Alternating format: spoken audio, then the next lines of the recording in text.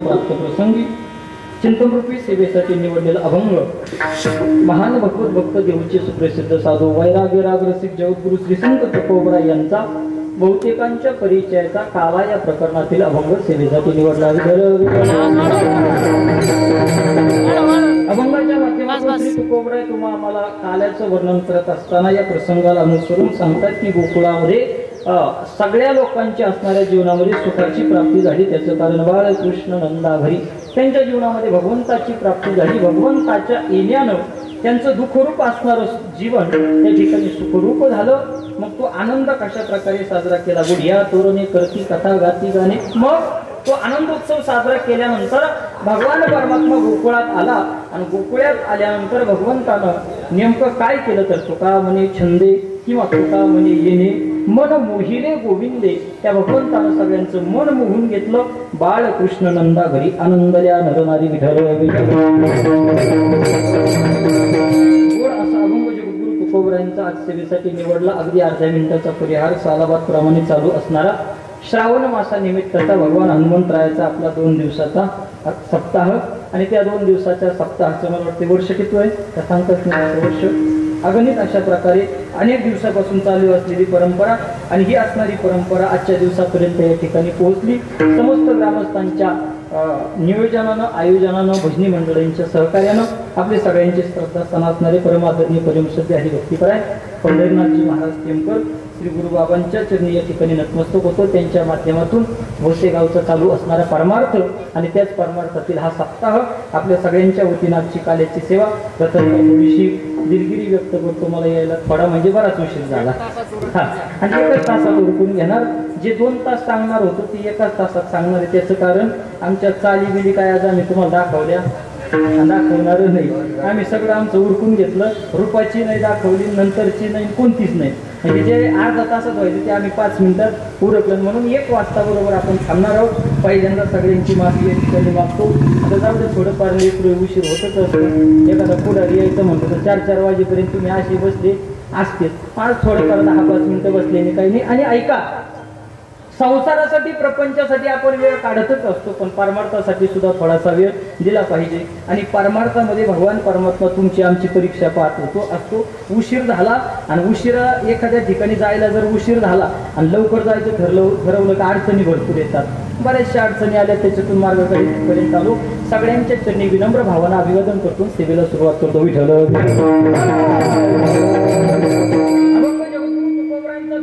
सांगतात गोकुळीच्या सुखा अंत पार नाही लेका.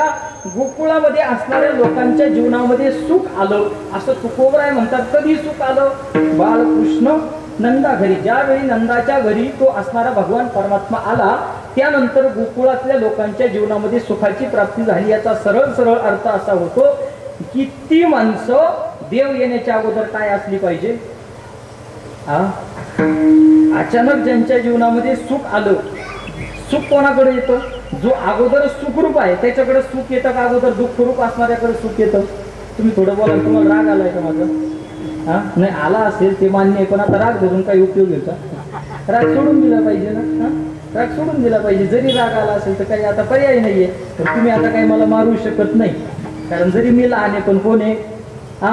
महाराजच आहे ना. त्याच्यामुळे तुम्ही काही मला मारू शकत नाही. वाकडं तिकडं बाजूला घेऊन बोलताना तो भाग वेगळा पण इथं तर काही बोलू शकत नाही. थोडस बोला ना. सुख कोणाकडे येतं? सुख आनंद कोणाला होतो? ज्याच्याकडे पहिलं दुःख आहे तो. प्रकाशाची किंमत कधी? प्रकाश म्हणजे उजेडाची. अंधार असेल तर ज्ञानाची किंमत कधी आहे? अज्ञान असेल तर. सत्याची किंमत कधी आहे? असत्य असेल तर. धर्माची किंमत कधी आहे? अधर्म असेल तर. बरोबर. खऱ्याची किंमत कधी आहे? खोटं असेल तर. मग सुखाची किंमत दुःख असेल तर. मग ज्या अर्थी गोकुळातील लोकांच्या जीवनामध्ये सुख आलं त्या अर्थी त्यांच्या जीवनात काय पाहिजे? दुःख पाहिजे. आणि एक मानवी हा नियम आहे की जिथं सुख येतं तिथं अगोदर दुःख असलं पाहिजे. दुःखाशिवाय सुख येऊ शकत नाही. सुख आणि दुःख मानवी अवस्थेच्या असणाऱ्या नाण्याच्या 2 बाजू आहेत. नाणं पलटलं की सुख आहे आणि नाणं पलटलं की दुःख आहे. छापा काटा नानावर फेकलं एकदा छापा पडेल दुसऱ्या वेळेस लगेच काय पडणार आहे? काटा पडणार आहे. म्हणजे या मानवी अवस्थेच्या 2 बाजू आहेत. काय? सुख आणि दुःख. अगदी जन्मापासून तर मरेपर्यंत माणसाचा विचार केला तर पूर्ण आयुष्य एकच माणूस सुखातही राहू शकत नाही आणि तोच माणूस पूर्ण आयुष्यभर दुःखात सुद्धा राहू शकत नाही. रोज बदलत चालतं. आज सुख आहे उद्या दुःख आहे, आज सुख आहे उद्या दुःख आहे. मी एक उदाहरण सांगत असतो, पटलं तर पाहिजे एकदा भजन करा विठ्ठल.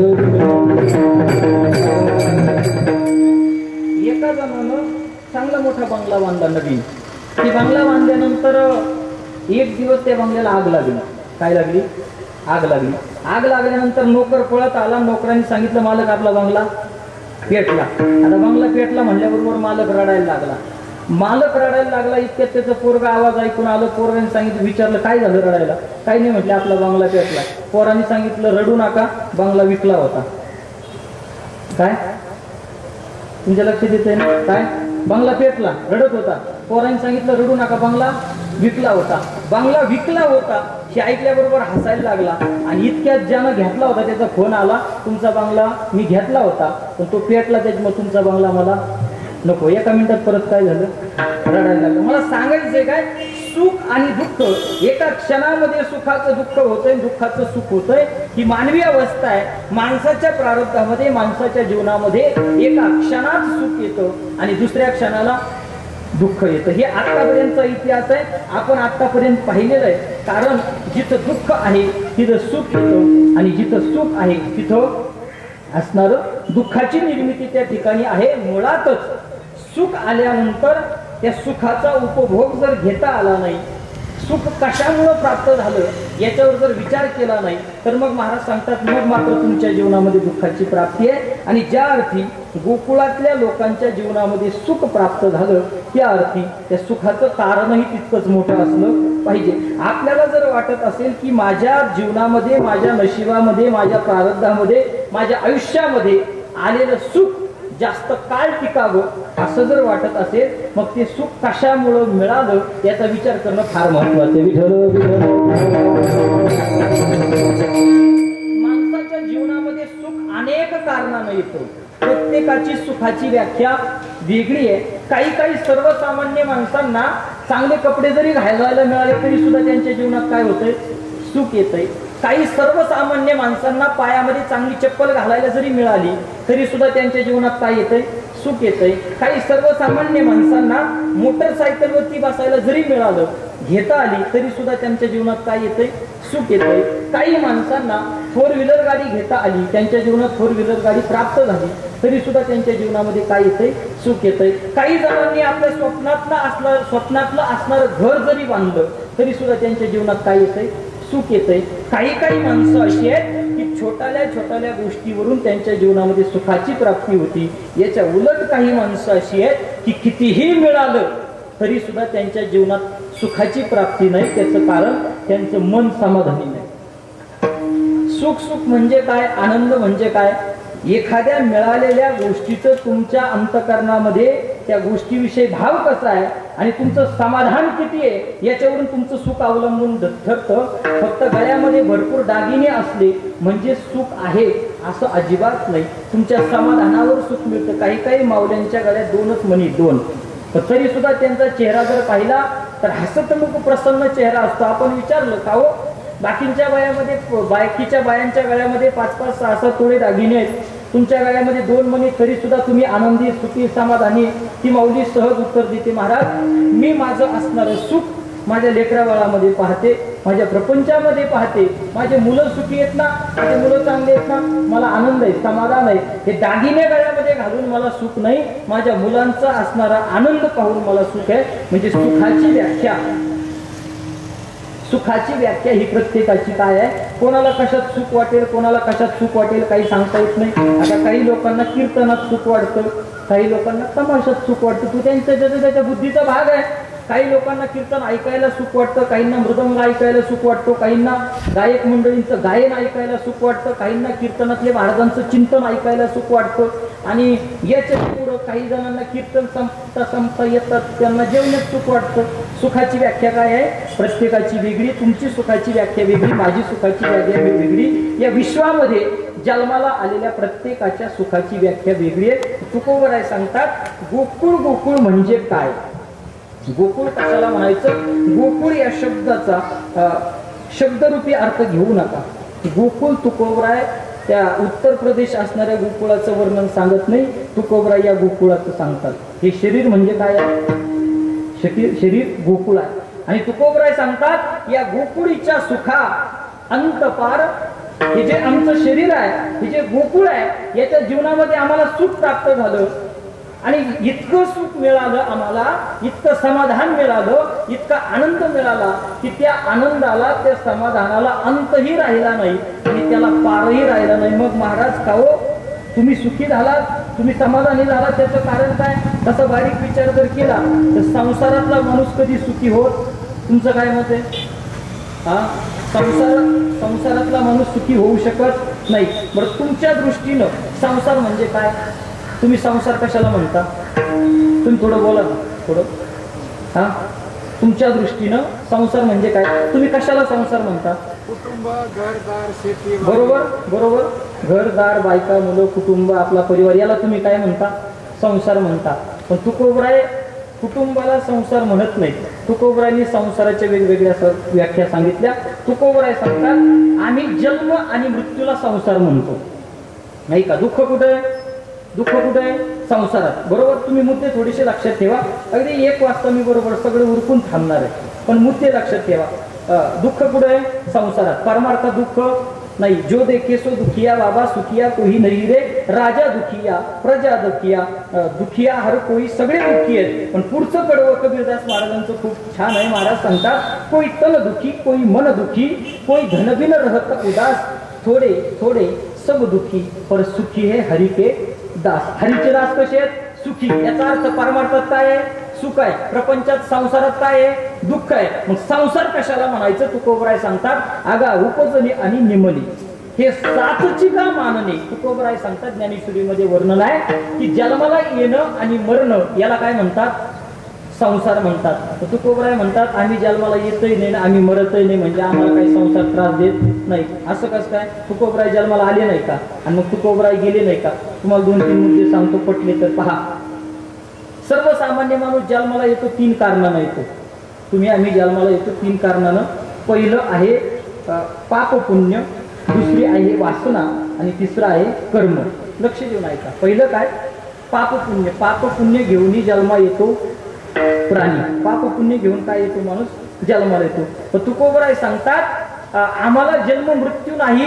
जन्म मृत्यू नसल्यामुळे आम्हाला संसार नाही आणि संसार नसल्यामुळे आम्हाला दुःख नाही. मग महाराज तुम्हाला जन्म मृत्यू कसं काय नाही? महाराजांनी सांगितलं जन्माचं कारण पहिलं काय आहे?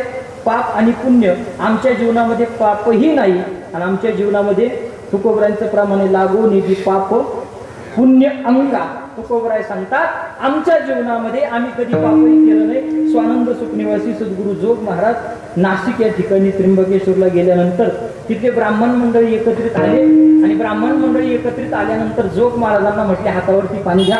जोग महाराजांनी हातावरती पाणी घेतलं आणि पाणी घेतल्यानंतर तिथले असणारे ब्राह्मण मंडळी जोग महाराजांना म्हणतात संकल्प सोडा. पापोहम पाप कर्माना, म्हणजे आतापर्यंत माझ्या जीवनामध्ये काय पाप झाला असेल मी त्याचा काय करतो?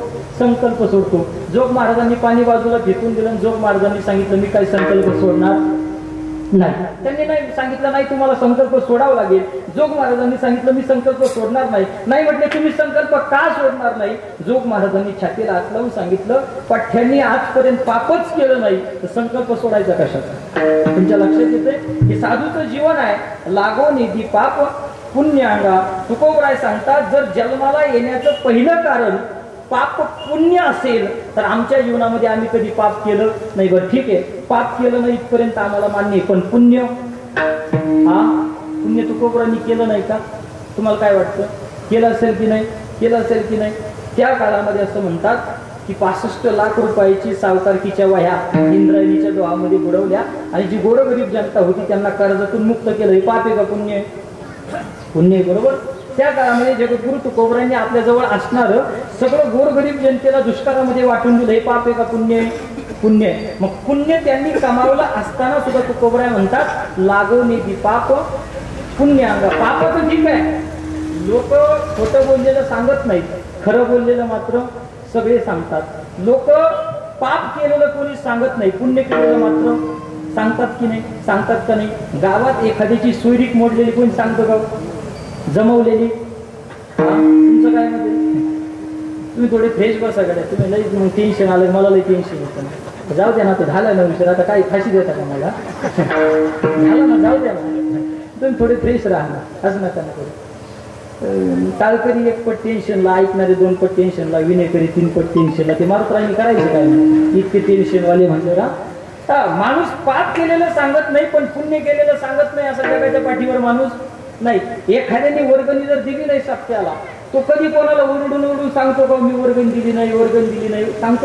सांगतो वर्गणी न देणारा सांगतो की नाही, मी वर्गणी दिली, 500 दिले, 1000 दिले, पाठ्यानी पंगत घातली. न घालणारा म्हणतो का मी पंगत घातली नाही असं, पण घालणारा काय म्हणतो, मी पंगत घातली. याचा अर्थ काय माहितीये का, पुण्य केलेलं पाप केलेलं कोणी सांगत नाही, पण पुण्य केलेलं मात्र सांगितल्याशिवाय राहत नाही. पण तुकोबराय म्हणतात आम्ही पापही नको आणि पुण्यही नको, आम्ही पापही देवाला समर्पित करतो आणि पुण्यही देवाला. तुका म्हणे घालू तयावरी भार आणि वाहू हा संसार देवापायी. आम्ही जितक्या प्रामाणिकपणे देवाला पाप समर्पित करतो, तितक्याच प्रामाणिकपणे आम्ही केलेलं पुण्य सुद्धा समर्पित करतो. आणि म्हणून हरिपाठ म्हणणारी माणसं, तुम्ही हरिपाठामध्ये एक ध्रुवपद आहे, हरिमुखे म्हणा, हरिमुखे म्हणा. पुढचं काय, पुण्याची गणना.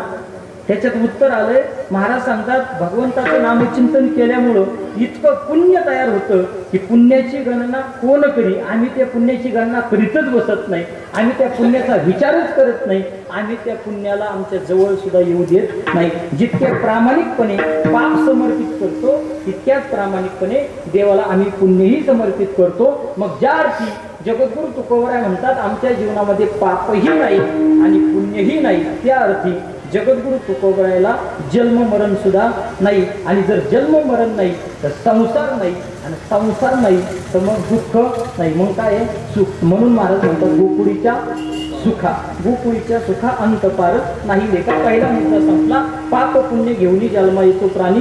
साधू संतांना तुकोबरायांना पापही नाही, पुण्यही नाही, जन्मही नाही, मरणही नाही, त्या निमित्तानं संसारही नाही आणि त्याच्यामुळे दुःखही नाही, अखंड सुख. दुसरा मुद्दा, माणूस जन्माला येतो वासनेमुळं. प्रमाण आहे, जडत भरत राजा हरणी गर्भा गेला आणि घाला तो घातला वासनेच्या संगे नको जाऊ म्हणा. एखाद्याची जर एखाद्या वस्तूमध्ये वासना गुंतली तर तो माणूस ती वासना पूर्ण होण्यासाठी काय करतो, परत त्याला जन्माला यावं लागतं. तर तुकोबराय सांगतात आमच्या जीवनामध्ये वासना राहिली नाही, वासना निमाली समूळही. तुकोबराय सांगतात वासनेचे बीज संत चरण रज लागता, संत चरण रज लागता,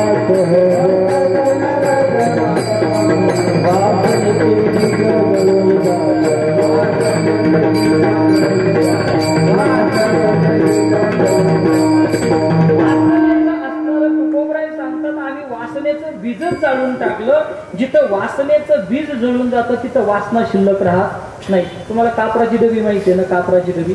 त्या कापराच्या डबीतला जर कापूर काढून घेतला, कापूर सगळा, आणि त्या डबीचा जर वास घेतला तर वास कशाचा येतो, कापराचाच येतो ना.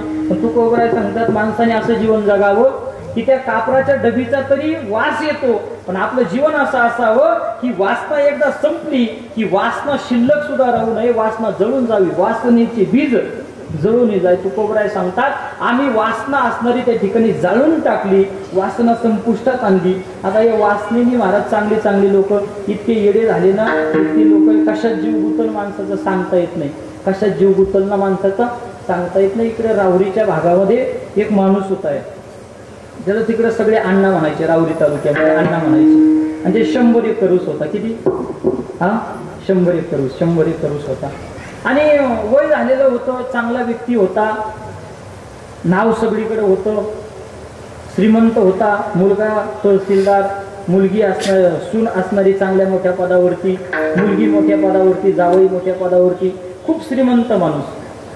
आणि योगायोगानं काय झालं, एक दिवस तो असणारा अण्णा गेला, आणि त्याला अण्णा म्हणायचे, परिसरात सगळीकडे अण्णा म्हणून त्याचं नाव. तो गेला एक दिवस. आता गेल्यानंतर ज्यांना कळाला अण्णा गेले ते सगळे त्यांच्या असणाऱ्या मैतीला आले.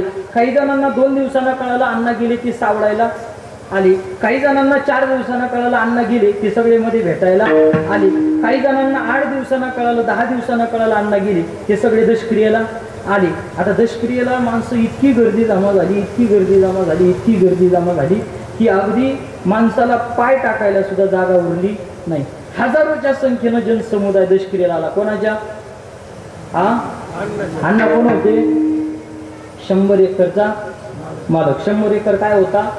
ऊस होता. हे लक्षात ठेवा. सगळे दशक्रियेला आले. प्रवचनकारांनी प्रवचन सुरू केलं. अंतकालेचे मामे व स्मरण मुक्त्वा कलेवरण वगैरे वगैरे बरेच श्लोक, बऱ्याचशा ओव्या, बरेचसे उदाहरणं, बरेचसे प्रमाण देऊन ते असणारे की प्रवचनकारांनी प्रवचन चालू केलं. बघता बघता अर्धा तास झाला, पाऊण तास झाला, 1 तास झाला. सगळी पूजा उरकली आणि सगळी माणसं बाजूला जाऊन हात जोडून उभा राहिली. पण कावळा काय? शिवाना. 10-15 मिनिटं झाली, 1-1.25 तास झाला प्रवचन चालू झालेलं. प्रवचनकाराला टेन्शन यायला लागलं. कारण 10वेचं प्रवचन महाराजाच्या हातात नसतं, लोकांच्या हातात नसतं. कोणाच्या हातात असतं? कावळ्याच्या. तेवढंच एक आमचं जीवन पराधीन आहे, बाकी काही नाही.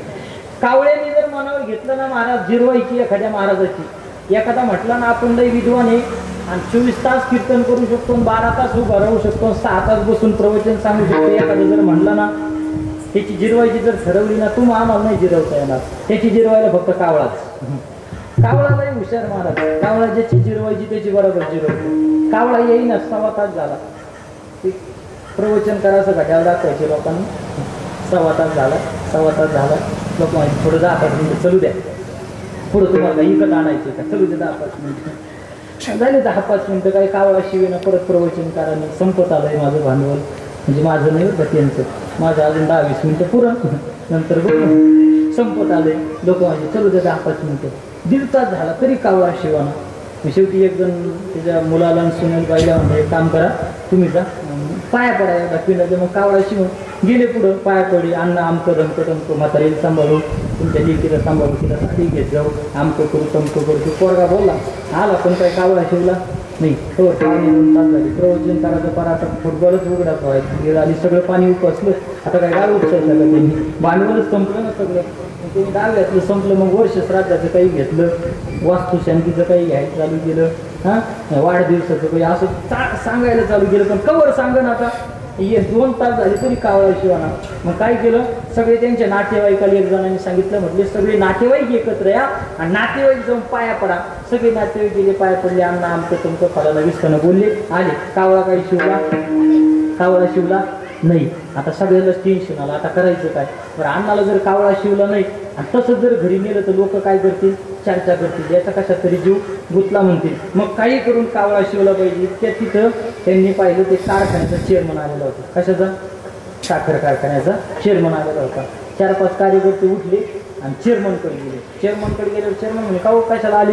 इथं काय गप्पा मारायची जागा आहे का? इथं काय बोलायची जागा आहे का? अण्णाचा दशक्रिया आहे, इथं कावळा शिवना, सगळ्याला टेन्शन आलंय आणि तुमचं मध्येच काय? ते काय नाही, तुमच्यापाशी काम आहे, थोडं बाजूला चला. म्हणजे आता इथं बाजूला बोलायची जागा आहे का? नाही नाही म्हणजे चला बाजूला. म्हटले काय? म्हटले एक काम करा, हे सगळं इथलं राहू द्या, म्हणजे जा ना अण्णाच्या पिंडाच्या पाया पडा. ती चेअरमन म्हणजे तो काय माझ्या भावकीतला आहे का तो त्याच्या जाऊन पाया पडायला? मी का त्याचं जावई आहे का, त्याचं नातू आहे का, कोण आहे त्याचं? मी कशाला पाया पडू? नाही म्हटले काही नाही, फक्त तुम्ही जा आणि पाया पडा. काय? जा आणि पाया पडा. सगळ्यांनी आग्रह केल्यानंतर चेअरमन उठला, धक्क्या पावलांनी त्या पिंडाजवळ गेला आणि पाया पडला. आणि पाया पडता पडता फक्त मनात म्हणला, अण्णा टेन्शन घेऊ नका, पहिला ऊस तुमचा नेतो. काय म्हणला? टेन्शन घेऊ नका, पहिल्यांदा तुमच्या इकडे टोळी पाठवतो म्हणला, तुमचा ऊस येतो. बघता काय? चेअरमनला उठून सुद्धा द्यायला. कावळा लगेच आला शिवला. मी सांगितलंय कशासाठी? वासना. वासना तुमची शरीर जाते, पण वासना काय होते? शिल्लक राहते. शरीर असतानाही वासना आहे आणि शरीर गेल्यानंतर सुद्धा. मी विनोदाने त्या बाबाचं दृष्टांत सांगत असतो, तुम्ही ऐकलेलं असेल. मरणासन्न अवस्थेला असणारा व्यक्ती प्राप्त झालाय, काही मिनिटामध्ये काही तासात मरणार आहे. आणि इतके त्याच्या लक्षात आलं, त्यांनी पोरांना हाका मारली आणि पोरांना हाका मारल्यानंतर ते असं करायला चालू केलं. काय? असं असं असं केलं. पाठीमागं हात. पोरांना वाटतं मागच्या भिंतीत काहीतरी पुरून ठेवलंय. नक्की काहीतरी म्हातारीने गप थोडं पुरलं. त्यांनी मागची भिंत पाडली. आता मागची भिंत पाडल्यावर म्हातारीने गप बसवणं, म्हातारं गप नाही, त्याने असं चालू केलं. इकडची पाडली, इकडची पाडली, समोरची सगळ्या भिंती पाडल्या. आणि सगळ्या भिंती पाडल्यानंतर काही सापडलं नाही. पोरांना वाटलं म्हातारं तर आता मरणार आहे, पण म्हातारं मारता मारता आयुष्यभर त्यांनी काय आपलं काही चांगलं केलं नाही. आयुष्यभर काय तिने आपला काही फायदा केला नाही. आयुष्यभर काय तिने आपला काही लाभ केला नाही. आयुष्यभर काय तिने आपल्यासाठी काही कमवून ठेवलं नाहीच म्हणतात. असे ते पोरं म्हणायला लागले. मग जाता जाता म्हाताऱ्याकडून काहीतरी फायदा करून घ्यावा. गावातल्या एका डॉक्टरकडे गेले. डॉक्टरला सांगितलं, डॉक्टर साहेब आमच्या म्हातारीने काहीतरी पुरून ठेवलंय आणि ते म्हातारं आहे ना असं असा हात करते, तुमच्याकडे काही औषध इंजेक्शन आहे का? म्हातारं 4-10 शब्द बोलेला असं. डॉक्टरने विचार केला, आता म्हातारं मरणार आहे आणि म्हातारं मेल्यानंतर सगळं थोडं यांना भेटणार आहे, मग यांच्यातलं थोडं आपल्याला भेटलं तर काय वाईट आहे. 5 पोरं होते. डॉक्टरने 5 पोरांना सांगितलं 5 लाख रुपये लागतील. 5 लाख रुपये जर दिले तर माझ्याकडे असं इंजेक्शन आहे, इंजेक्शन दिल्यानंतर 10 सेकंद तुमचं म्हातारं बोलेल. पोरांना आनंद झाला. काही निवसने आणले, कोणी यजाने आणले, कोणी बायकोचे दागिने घाण ठेवून आणले, कोणी बायकोचे दागिने मोडून आणले. लाख रुपये गोळा केले. कोणाच्या? डॉक्टरच्या माड्यावर नाही, हातात दिले. डॉक्टरच्या हातात दिले. डॉक्टर आला, इंजेक्शन घेतलं, तपासलं आणि इंजेक्शन घेऊन तपासल्यानंतर डॉक्टरांनी इंजेक्शन दिलं आणि डॉक्टर बाजूला झालं. सांगितलं फक्त 10 सेकंद तुमचं म्हातारं बोलणार आहे. 10 सेकंद म्हातारं बोलणार आहे. ऐकल्यानंतर एका बाजूने सुना, एका बाजूने नातू, एका बाजूने जावई, एका बाजूने पोरी, एका बाजूने पोरं, एका बाजूने भावकीतले, एका बाजूने शेजारी, एका बाजूने नातेवाईक, सगळे गोळा झाले. कशासाठी? त्याला खाऊ घालाय. हा, शेवटचं पाणी पी म्हणायला. हा, शेवटचं दूध आमच्या हाताने पी म्हणायला. हा, नाही ना, नाही ना. शेवटचा चहा पी म्हणायला आली का ती? हा, जग आहे माझा, स्वार्थानं भरलेलं जग आहे. जोपर्यंत तुमच्याकडे काहीतरी आहे तोपर्यंत सगळे तुमच्या सोबत आहेत आणि ज्या दिवशी तुमच्या जवळचं जातं त्या दिवशी तुमच्याकडं येणारा माणूस सुद्धा राहत नाही. नाही नाही, मी प्रमाण सांगत असतो, जोपर्यंत तुम्ही काहीतरी कमवून घरात आणताना तोपर्यंत घरातली तुमची बायको तुम्हाला चांगलं खाऊ घालत असते. ज्या दिवशी तुम्ही कमवायचं बंद होता आणि एका जागेवर बसून राहता त्या दिवशी तुमची बायको सुद्धा तुमच्या मरण्याची प्रार्थना करत असते. बाईल म्हणे खर मरता तरी बरे, नाशिले घर हे दाव्यात विठ्ठल विठ्ठल. सगळे गोळा झाले, सगळे गोळा झाले. आता सगळ्यांच्या डोक्यात काय होतं? अण्णांनी उठून बसावं, अण्णांनी चांगलं व्हावं आणि अजून 4-2 वर्ष जगावं असं होतं डोक्यात. नाही नाही, त्यांच्या डोक्यात होतं अण्णांनी मरावा पण मरायच्या अगोदर गठुडं पुढे हे सांगावा. आता अण्णाला 10 सेकंद बोलायची वेळ मिळाली होती, संधी मिळाली होती. सगळे त्याव करून अण्णा सांगा कुठे आहे, अण्णा सांगा कुठे आहे, अण्णा सांगा कुठे ठेवलं, अण्णा कोणत्या भीतीत आहे, कोणत्या बाजूला आहे, कोणत्या दिशेला आहे, गंजी खाली आहे का, उकंड्याच्या तिथं आहे का, शेजारी आहे का, शेतात आहे का, बोरी खाली आहे का, बाबळी खाली आहे का, लिंबा खाली आहे का, वड्याला आहे का, पांदीला आहे का, नदीला आहे का. काय केलं यांनी? प्रत्येकाने वेगवेगळं चालू. अरे अण्णा म्हणला काय तुम्हाला वेळ लागलं काय? काय विचारताय? नदीला आहे का, पांदीला आहे का, झाडा खाली का, लिंबा खाली का? मग म्हटले अण्णा तुम्ही असं असं काय करीत होते, पुढं पुरून ठेवलंय सांगा. अण्णा म्हणले येड्या पुरून नाही ठेवलं, शेजारच्या गंगूबाईनं आपला चालना नेला तर तो आणला का हे विचारतोय. याला म्हणतात वासना. तुकोबराय सांगतात अशी असणारी वासना आम्ही काय केली? वासना निमाली सकळ योग. महाराज सांगतात आमच्या जीवनामध्ये वासनेचा लवलेशही राहिला नाही. मग जिथं वासना शिल्लक नाही तिथं जन्म नाही, जिथं जन्म नाही तिथं मृत्यू नाही, जिथं जन्म मृत्यू नाही तिथं संसार नाही, जिथं संसार नाही तिथं दुःख नाही आणि जिथं दुःख नाही तिथं सुखाची प्राप्ती. म्हणून गोकुळीच्या सुखा अंत पार नाही लेखा. दुसरा मुद्दा संपला. पाप पुण्य घेऊन जन्माला येतो, वासना घेऊन जन्माला येतो आणि तिसरं कर्म घेऊन जन्माला येतो. संचित, क्रियमान आणि प्रारब्ध हे 3 प्रकारचे कर्म आहे. संचित कर्म हे भक्तांना त्रास देत नाही. संचित, क्रियमान, प्रारब्ध 3 प्रकारचे कर्म असतात. संचित कर्म भगवंताची भक्ती करणाऱ्यांना त्रास देत नाही. क्रियमान कर्म रोजच्या असणाऱ्या भजनांनी संपून जातं आणि जे प्रारब्ध कर्म आहे, प्रारब्ध कर्म तुकोबराय सांगतात आमच्या जीवनामध्ये आम्हाला प्रारब्ध असणारं कर्म आम्ही भगवंताच्या चिंतनानं, हरिभजनानं त्या प्रारब्ध असणाऱ्या कर्मावरती काय केलेली, मात केलेली. प्रमाण भरपूर आहे, प्रमाण द्यायला आता आपल्याकडे वेळ शिल्लक नाही. याचा अर्थ असा, माणसाला जन्माला येण्याची 3 कारण आहेत: पाप, पुण्य, वासना, तिसरं कर्म. मग जगद्गुरु तुकोबरायांच्या जीवनामध्ये संचित, क्रियमान आणि प्रारब्ध हे 3ही कर्म त्यांना त्रास देत नाही. जिथं हे कर्म त्यांना त्रास देत नाही म्हणजे त्यांना जन्माला येण्याची विषय राहत नाही. जिथं जन्म नाही तिथं मृत्यू नाही, जिथं मृत्यू नाही तिथं संसार नाही आणि जिथं संसार नाही तिथं दुःख नाही आणि जिथं दुःख नाही तिथं काय आहे? गोकुळीच्या सुखा अनंत पार नाही लेखा महाराज सांगतात आमचं जीवन सुखरूप आहे त्याचं कारण आम्ही कुठल्याही प्रकारचं पाप केलं नाही आमची वासना शिल्लक राहिली नाही आमचं असणाऱ्या जीवनामध्ये जन्म नाही मृत्यू नाही म्हणजे संसार नाही म्हणजे दुःख नाही आणि दुःख नाही याचा सरळ अर्थ काय सुख आमच्या जीवनामध्ये आहे संसार अजून कशाला म्हणतात तुकोबराय सांगतात तुमच्या जीवनामध्ये जो अहंकार आहे ना तुकोबरायांनी अहंकाराला सुद्धा काय म्हटलंय जन्म मृत्यू जसा संसार आहे तसा अहंकार सुद्धा काय आहे संसार आहे तुकोबराय सांगतात अहंकार गेला आणि तुका म्हणे देव झाला अहंकार एकदा गेला की तुम्ही काय होता देव स्वरूपाला प्राप्त होता अशा प्रकारचा अहंकार आमच्या जीवनामध्ये आम्ही शिल्लक ठेवला नाही कुठल्याही प्रकारचा अहंकार आमच्या जीवनामध्ये आम्हाला नाही तर आता इतकं अवघड झालंय बारीक गोष्टीचा लोकांना अहंकार खायला लागलाय कीर्तनकाराला गायक वादक असू द्या एखादा प्रवचनकार असू द्या एखादा म्हणणारा असू द्या म्हणजे माणसाला बारीक गोष्टीवरून अहंकार आता श्रावण महिना आहे ना श्रावण महिन्यात सगळ्याच चालू आहे पण लई अहंकार एक जण म्हणतो मी श्रावणात 30 कीर्तन केले एक म्हणतो 60 केले एक म्हणतो 70 केले एक म्हणतो 35 केले हा काय अहंकार आहे आणि श्रावण संपला पोळा संपला का सगळे कुठे आहेत मग हा पोळा झाल्यावर बैल पोळ्याच्या दिवशी एकदा हिंगोळ लावल्यावर सगळे गडी कुठे आहेत मग घरीच आहेत ना श्रावण संपल्यावर पुढे सोबती आहेत सगळे मग सगळे घरीच आहेत अहंकार करून उपयोग नाही अहंकार काय होतो तुमच्या जीवनामध्ये अहंकार हे दुःखाला कारण आहे जगद्गुरु तुकोबरायांना आजच्या अभंगातून सुख सांगायचे सुख मग सुख कशामुळं मिळतं दुःख नसेल तर सुख मिळतं मग जगद्गुरु तुकोबराय सांगतात की ज्या ज्या गोष्टीपासून तुमच्या जीवनामध्ये दुःखाची निर्मिती होईल अशा सगळ्या वस्तू सोडून द्या मग अहंकारामुळे सुद्धा काय होतंय तुमच्या जीवनात दुःख येते तुम्ही म्हणतात महाराज अहंकारामुळे कसं काय दुःख येतं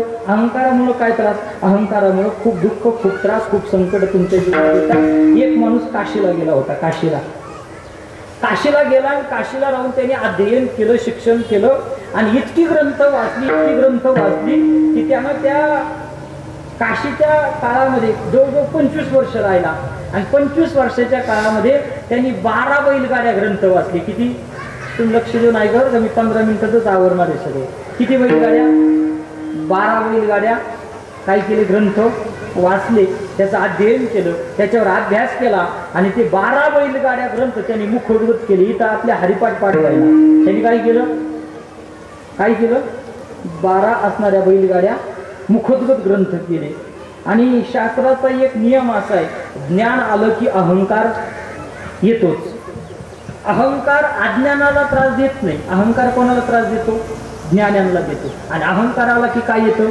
दुःख येतं तर अहंकार त्याच्या मनामध्ये निर्माण झाला काशीचा अभ्यास पूर्ण केला तो त्याच्या गावाकडे आला पण पठ्ठ्या गावाकडे असा आला त्यांनी 12 बैलगाड्या ते ग्रंथ बैलगाड्यात भरले आणि त्या बैलगाड्यांना मशाली लावल्या काय मशाली रात्री नाही मग दिवसा मशाली लावल्या आता गावाकडे आल्यानंतर तो इकडे तिकडे फिरायचा पठ्ठ्याने 12 बैलगाड्या ग्रंथाचा अभ्यास केला पठ्ठ्याने 12 बैलगाड्या पाठ केल्या पठ्ठ्याने 12 बैलगाड्या ग्रंथांचं अध्ययन केलं त्याच्यावरती अभ्यास केला चिंतन केलं मनन केलं सगळीकडे तो लोकांना त्रास द्यायचा आणि कोणी काही प्रश्न विचारा उत्तरच देतो म्हटला कोणी काही विचारा सगळ्या गावाला त्यांनी वैताग दिला लोक विचारायचे तू दिवसा मशाल लावून कमी चालला तू म्हटलं काही नाही मी ज्ञानी आहे म्हटले मग ती मशाल विझवणार नाही म्हटले तुम्ही प्रश्न विचारा त्या प्रश्नाचं उत्तर जर मला देता आलं नाही तर मग मशाल विझवतो नाही तर माझी मशाल अशीच चालू राहील लोक म्हणजे भाऊ तिकडंच तर पडतो मशाल लाव नाही तर ठिया भरला आम्हाला काही घेणं देणं नाही आणि बऱ्याच लोकांना काही घेणं देणं नसतं तुम्ही सप्ताह करा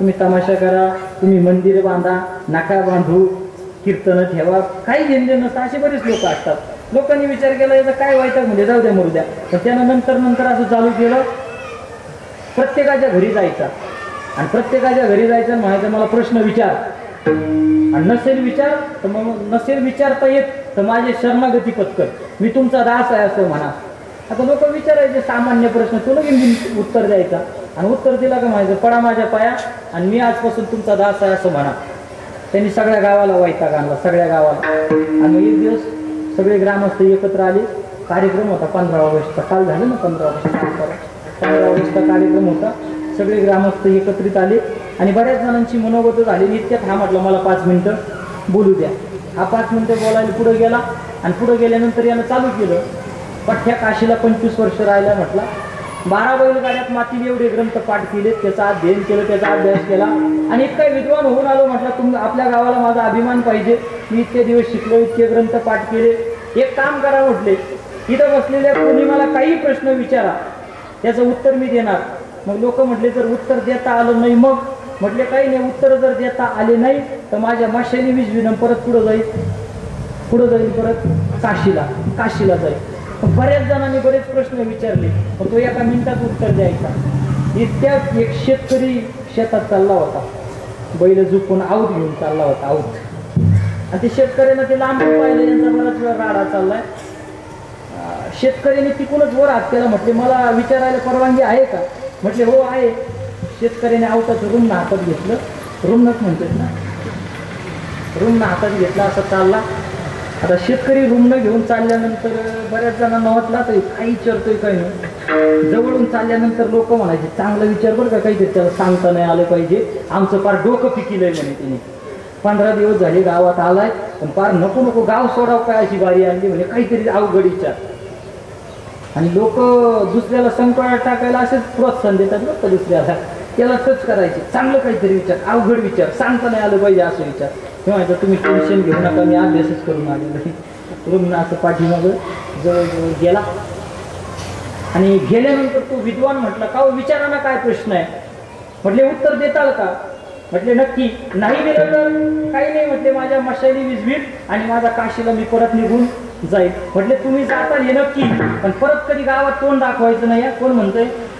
हा, मी जर जास्त उशीर केला असताना लोक मला असंच म्हटले असते, भाऊ आजचे दिवस कीर्तन कर, पण परत काय आम्हाला तोंड दाखवू म्हणले असते. पण जाऊ तुम्ही म्हणणार नाही त्याचा मला विश्वास आहे. ठीक आहे, मी प्रश्न विचारतो, पण उत्तर जर देता आलं नाही तर परत गावात यायचं नाही, लोकांना वैताग द्यायचा नाही, तुझी मशाल लावून फिरायची नाही. हा म्हटलं तू काही विचार, उत्तरच देणार. त्याने आपला असं रूमनं पुढं घेतलं आणि म्हटलं आता सांग हे रूमनं तुला कुठं लागणार आहे? काय? हा काय म्हटला? आता हे रूम नाही, हे मी तुला मारणार आहे, पण हे तुला कुठं लागणार आहे सांग.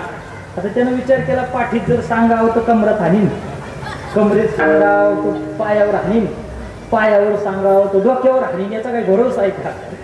तिथपासून पुढं हाणून रूम नाही म्हण पडली बरं का. आणि मग विचार करायला लागला, सांग म्हणे हे रूम ना आता मी तुला मारणार आहे, हाणणार आहे, ते कुठं लागेल? काही सांगता येईना ना. शेवटी सगळ्या गावाची माफी मागितली, माशारी विजवल्या आणि काशी निघून गेला. मला सांगायचं काय, ज्ञान मिळालं की अहंकार येतो, आणि अहंकार आला की मग काय येतं?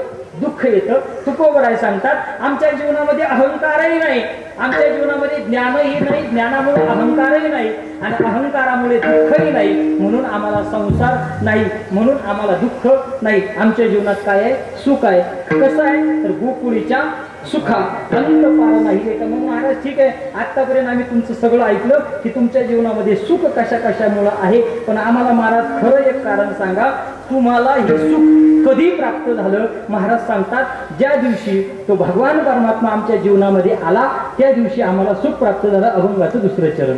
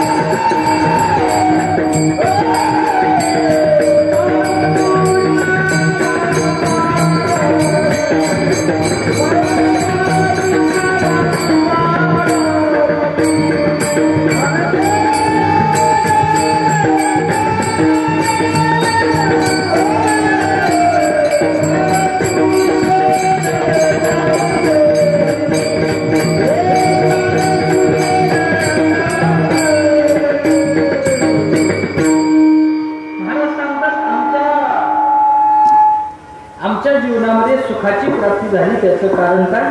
तो असणारा देव आमच्या असणाऱ्या जीवनामध्ये प्राप्त झाला.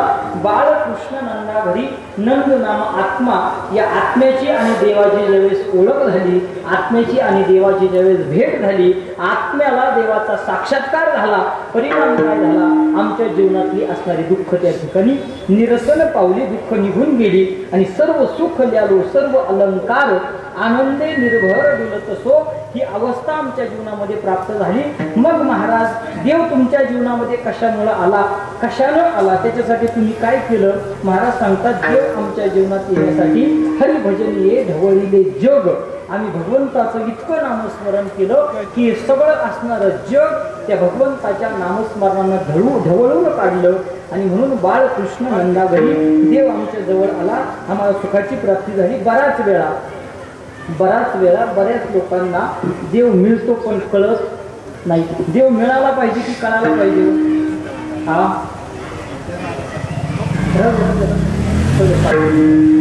देव मिळाला पाहिजे की कळायला पाहिजे? देव कळायला पाहिजे. देव फक्त मिळून उपयोग नाही, देव कळायला सुद्धा पाहिजे. आणि थांबा, आताच काही नका करू, विठूवरच माहिती चालू झालं का मग सगळं करा. 5 मिनिट बसा.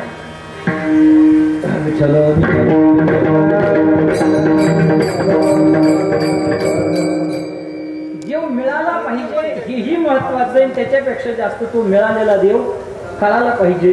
बऱ्याच लोकांना देव मिळतो पण कळत नाही.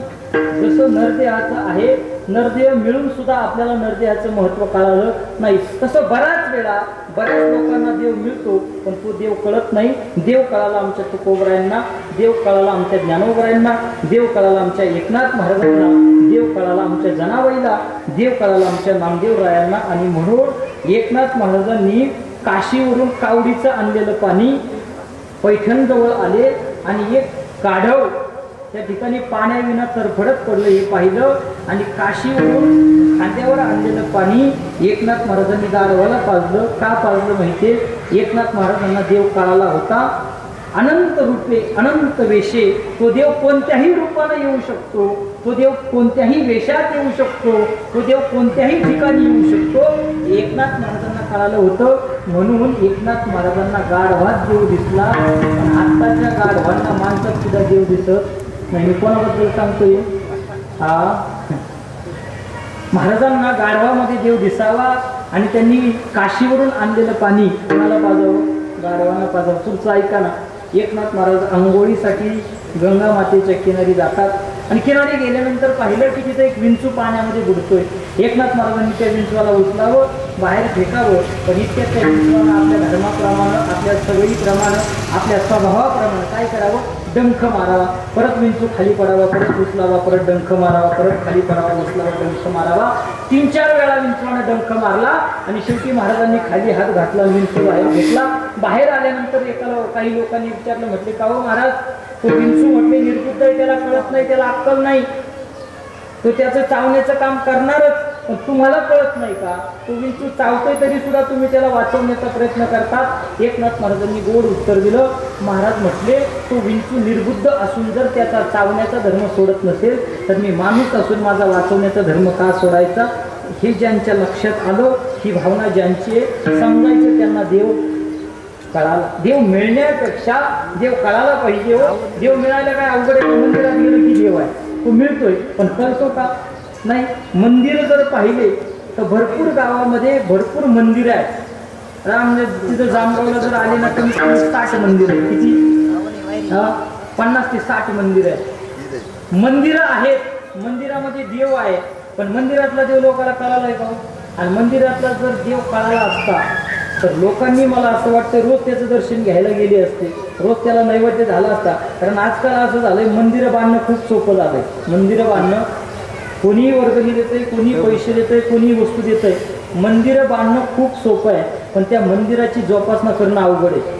ऐकून जा, माझं लक्ष देऊन ऐका. आता आपल्या इथं मंदिराचं काम चालू आहे म्हणून सांगतोय. मंदिरं बांधणं सोपं आहे, पण मंदिराची असणारी सेवा करणं खूप कठीण आहे.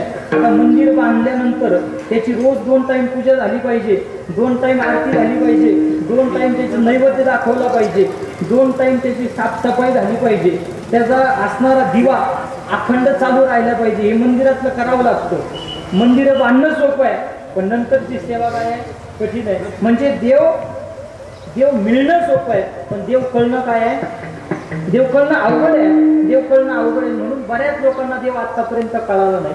गोकुळामध्ये सुद्धा बरीचशी लोक अशी होती की त्यांना देव कळाला नव्हता.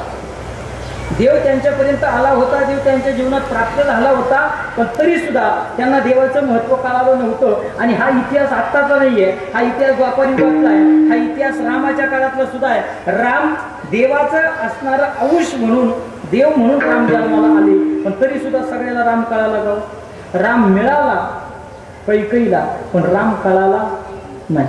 आणि कैकईला जर राम कळाला असता तर मला असं वाटतं की कैकईनं रामाला वनवास मागितला नसता. म्हणून देव मिळण्यापेक्षा देव कळाला पाहिजे. भगवान श्रीकृष्ण जर जनतेला कळाले असते, गोकुळातल्या लोकांना भगवान परमात्मा जर कळाला असता, तर गोकुळातल्या असणाऱ्या स्त्रियांनी भगवंताच्या चुगल्या केल्या नसत्या.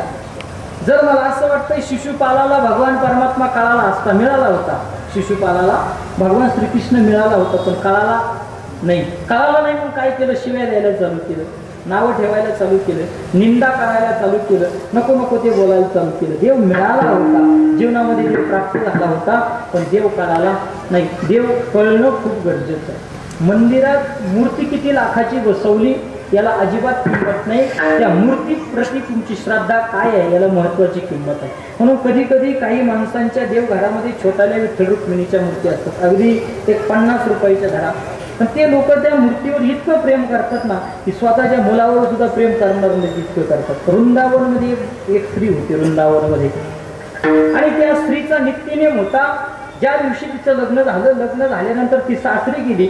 सासरी जात असताना तिनं जो देव चोरतात ना, देव चोरतात, कोणता असतो तो देव? रंगनाथ असतो ना, रंगनाथच असतो ना. रंगनाथ म्हणजे कोण? कृष्ण, बरोबर. एका हातामध्ये काय आहे, लोण्याचा गोळा, आणि एक पाय वरती, तो कोण आहे? कृष्ण आहे. सासरी येताना जो तिने तो कृष्ण आणला होता, त्या कृष्णावरती असणाऱ्या त्या मुलीचं इतकं प्रेम जडलं, इतकं प्रेम जडलं की बाकीची सगळी कामं सोडून ती त्या कृष्णाची सेवा करायची. स्वतःची आंघोळ झाली की अगोदर कृष्णाला आंघोळ घालणार, कृष्णाला आंघोळ घातली की लगेच त्याला रोज नवीन नवीन कपडे घालणार, लगेच त्याला नैवेद्य दाखवणार. दुपार झाली की लगे वेगळा नैवेद्य, संध्याकाळ झाली की लगे नैवेद्य, त्याला झोपी घालणार, त्याच्या अंगावरती पांघरून टाकणार, त्याला झोप यावी म्हणून गाणे म्हणणार. लिंबोनीच्या झाडामागे चंद्र झोपला ग बाई, आज माझ्या कानाला झोप काग येत नाही, झोप काग येत नाही. कोण म्हणायचं हे? कोण म्हणायचं? ती मुलगी कोणासाठी म्हणायची? हा, तुमच्या डोक्यावर चाललंय का? तुमच्या डोक्यावर चाललंय का? तुम्हाला काही पावसाचं टेन्शन आलंय का? कोणासाठी गाणं म्हणायची? स्वतःच्या पोरासाठी नाही, मग कोणासाठी? कृष्णासाठी. काय गाणं म्हणायची? झोप नाही आली का? निंबोनीच्या झाडामागे चंद्र झोपला ग बाई. हा, माझ्या कानाला झोप कशी येत नाही?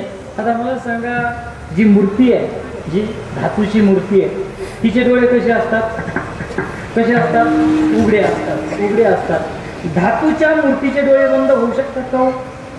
हा, नाही होऊ शकत, नाही होऊ शकत. पण ऐका, हिची श्रद्धा अशी होती, ती हिची भावना अशी होती की जर आमचे डोळे झाकत असतील, आमचे डोळे बंद होत असतील, तर हा देव आहे, हा कृष्ण आहे, मी याच्यावरती प्रेम करते, माझी भक्ती आहे, माझी श्रद्धा आहे, याचे सुद्धा डोळे काय झाले पाहिजे? बंद झाले पाहिजे, हा सुद्धा झोपला पाहिजे. आणि असे गाणे म्हणता म्हणता ती झोपी जायची, पण कृष्णाचे काय डोळे झाकत नव्हते. करता करता दिवस निघून गेले, तारुण्य संपलं, मध्यम वयामध्ये आली, तरी तितकंच प्रेम, स्वतःच्या मुलावरती प्रेम केलं नाही, इतकं प्रेम तिनं त्या कृष्णावरती केलं. करता करता म्हातारी झाली, तिच्या असणाऱ्या पतीचं निधन झालं, तरी सुद्धा तिचं प्रेम कोणावरती?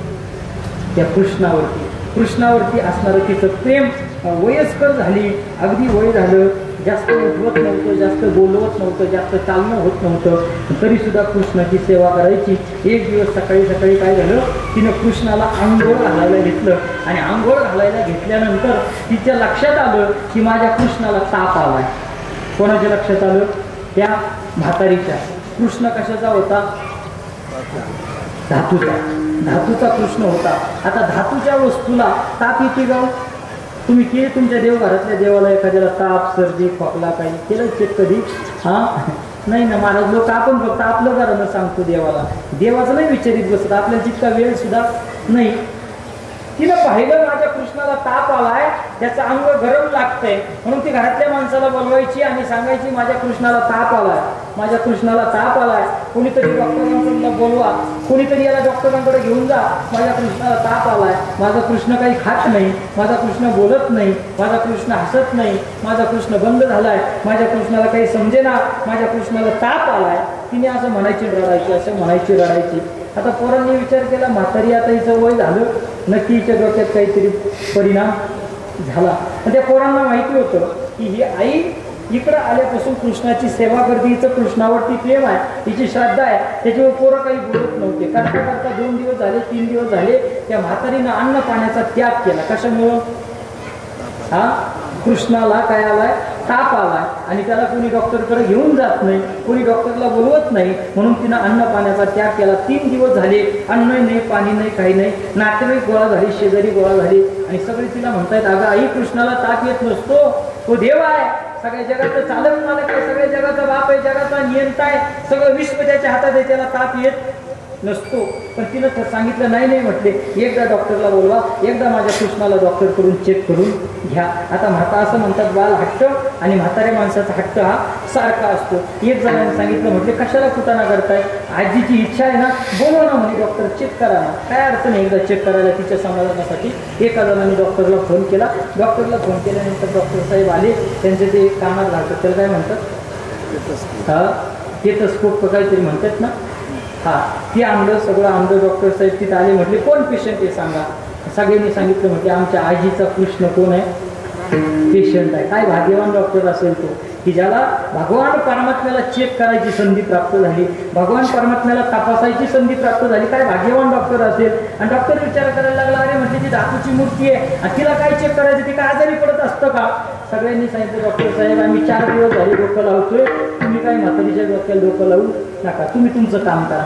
डॉक्टर साहेब म्हटले ठीक आहे. पोरांनी सांगितलं तुमची काय फी असेल ती भेटेल, फक्त एकदा चेक करा आणि चेक करून म्हातारीला सांगा की म्हातारे तुझा कृष्ण बरा आहे आणि तुम्ही तुमचं निघून जा. डॉक्टरांनी सांगितलं काय अडचण नाही, ठीक आहे. डॉक्टरला फी मिळाली होती. डॉक्टरांनी ते कानात घातलं आणि कानात घातल्यानंतर त्या असणाऱ्या कृष्णाची मूर्ती अशी ठेवली, आणि मूर्ती अशी ठेवल्यानंतर डॉक्टरने जे आपल्या छातीला लावतात ना चेक करायला, ते भगवान परमात्म्याच्या छातीला लावलं आणि डॉक्टरला दरदरून घाम आला. त्याचं कारण ते जे असतं ना मशीन, ते छातीचे ठोके चेक करायचं मशीन असतं, डॉक्टरांना घाम आला. त्याचं कारण ती धातूची जी मूर्ती होते ना, त्या मूर्तीची जी छाती चेक केली, तिथून ठोके त्यांना ऐकू येत होते. कोणाचे? कृष्णाची. मूर्ती कशाची होती? धातूची होती. ते कानाला जे लावलं होतं ना डॉक्टरांनी, ते काढून टाकलं आणि ते डॉक्टर त्या आजीच्या पाया पडले.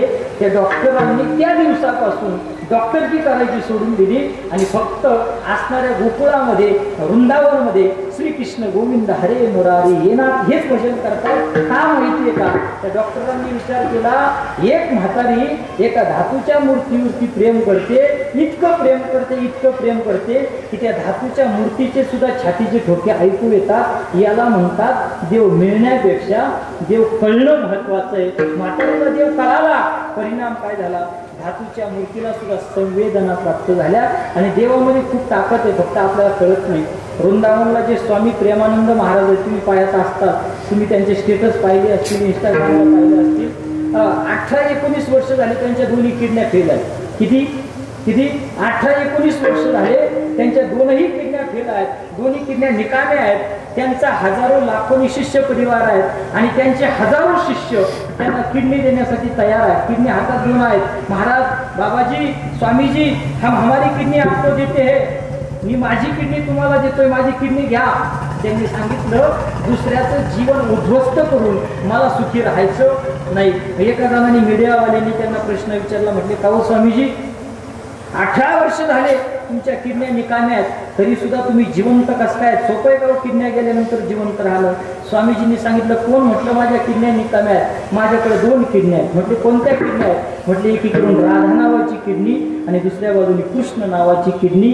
या 2 किडन्यांच्या जीवावरती मी आजपर्यंत जिवंत आहे. म्हणून देव मिळण्यापेक्षा देव कळणं महत्वाचे. तुकोबराय सांगतात, बाळकृष्ण नंदा घरी आनंद द्या नरनारी. तो भगवान परमात्मा आपल्या जीवनामध्ये प्राप्त झाला की मग आनंद सगळ्या ठिकाणी, सगळ्या असणाऱ्या अवस्थेमध्ये त्या ठिकाणी प्राप्त होतो. भगवान परमात्मा असणाऱ्या गोकुळामध्ये अवतीर्ण झाले. अवतीर्ण झाल्यानंतर भगवान परमात्म्याने हळूहळू जसं जसं वय वाढायला लागलं तसं तसं असणाऱ्या भगवंतांनी त्या ठिकाणी खोड्या करायला सुरू केलं.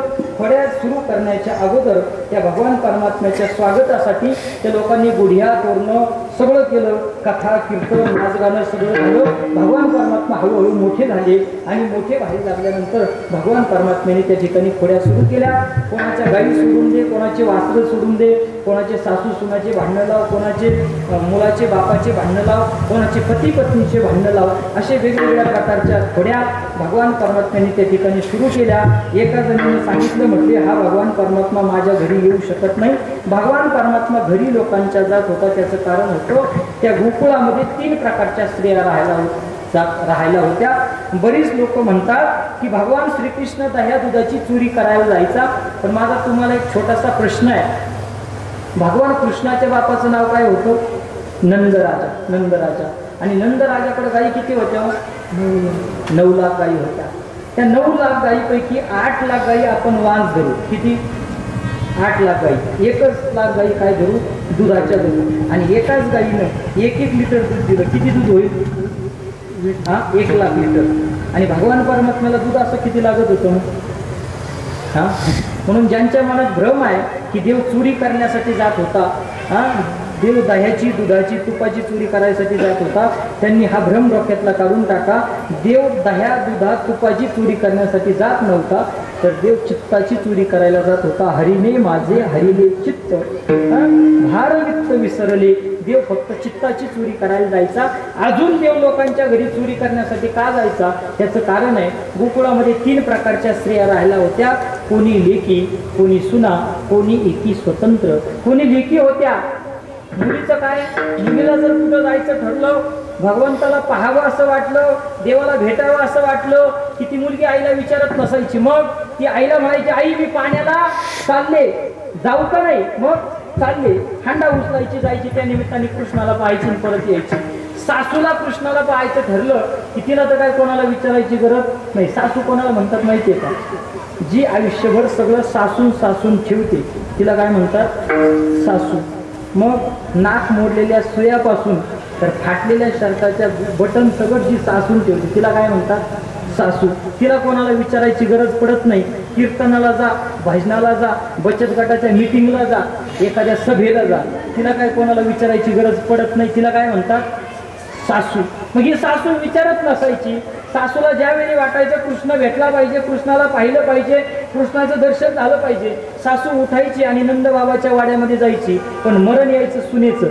तिला कुठं जाता येत नव्हतं. तिला जाण्याची परवानगी नव्हती. तिला कितीही प्रयत्न केला, सासूबाई मी पाण्याला जाते, सासूबाई मी बाजाराला जाते, सासूबाई काही तिला जाऊ देत नसायची. आणि मग भगवान परमात्म्यासाठी धावा करायची, अरे देवा इतकं सुंदर स्वरूप घेऊन तू गोकुळामध्ये आला, अरे देवा इतकी लोक तुझं वर्णन करतात, इतकी माणसं तुझं गुणगान गातात देवा, पण मला तू अजून आतापर्यंत पाहायला मिळाला नाही.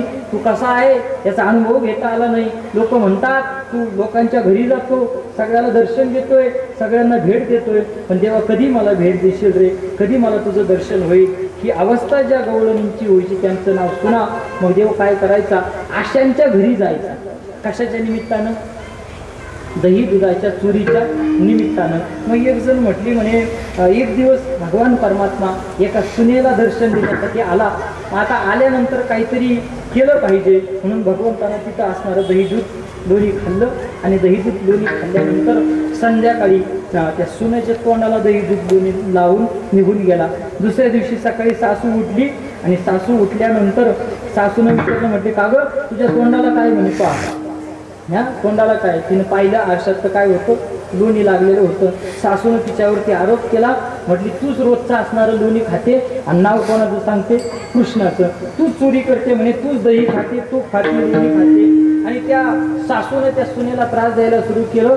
भगवान परमात्म्याला काळजी पडली. भगवान परमात्म्यानं ठरवलं आता हिची फोड मोडायची. दुसऱ्या दिवशी भगवान परमात्मा आले, सगळं दही दूध नासवलं आणि जाता जाता तिच्या तोंडाला दही दूध लावून गेले. कोणाच्या?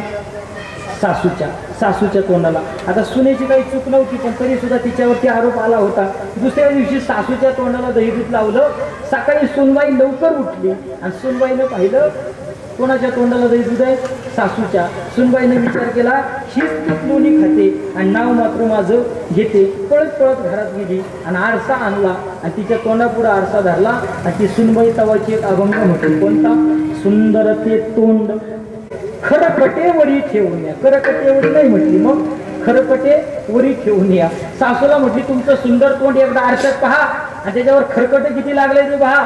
तुम्ही दही दूध लोणी खाता आणि आरोप मात्र माझ्यावरती करता. असं करता करता करता करता 12:54 झाले आणि बऱ्याच खड्या त्या ठिकाणी झाल्या. आणि मग एक दिवस सगळ्या गवळणींनी भगवंताकडे असणाऱ्या येशूदेवचं गारानं केलं. आता बस आम्ही गोकुळात राहावं की जावं अशी अवस्था आमच्या जीवनामध्ये प्राप्त झाली. आम्हाला काय तुझा मुलगा सुखादीचा राहू देत नाही, तुझा मुलगा आम्हाला त्रास देतोय. काय त्रास देतोय तर तो रोज आमच्या घरी येतो, आमच्या खोडी करतो. आमच्या असणाऱ्या मुलींना, आमच्या असणाऱ्या सुनांना त्यानं मोहून घेतलंय. का मोहून घेतलं तर महाराज सांगतात त्याचं तिथं येण्याचं कारण ते होतं, तुका म्हणे छंदे मन मोहिले गोविंदे. सगळ्याचं मन मोहून घेण्यासाठीच तो गोकुळात आलेला होता. म्हणून तो भगवान परमात्मा सगळ्यांची मन मोहून घेत होता. बऱ्याचशा खोडी झाल्या, बरेचसे असणारे तक्रारी यायला लागल्या. आणि मग यशोदा मातेनं सांगितलं, उद्या जाई रानात तवे घेऊन ही बोधना. आता देवा बाद झालं, उद्यापासून तू रानामध्ये जायचं, गाई चारायचं काम करायचं. भगवंतानं सगळ्या सवंगड्याला आवाज दिला, सगळ्याला सांगितलं उद्या तुम्ही सगळ्यांनी गाया घेऊन माझ्या सोबत यायचंय, आपल्याला रानामध्ये गाई चारण्यासाठी जायचंय. दुसऱ्या दिवशी सगळे सवंगडी एकत्रित आले आणि सगळे सवंगडी सगळ्या गाया घेऊन त्या ठिकाणी रानामध्ये गेले आणि सगळ्यांनी असणाऱ्या गाया चरायला सोडून दिल्या. जोपर्यंत गाया चरत होत्या तोपर्यंत काहीतरी खेळ खेळावे म्हणून हमामा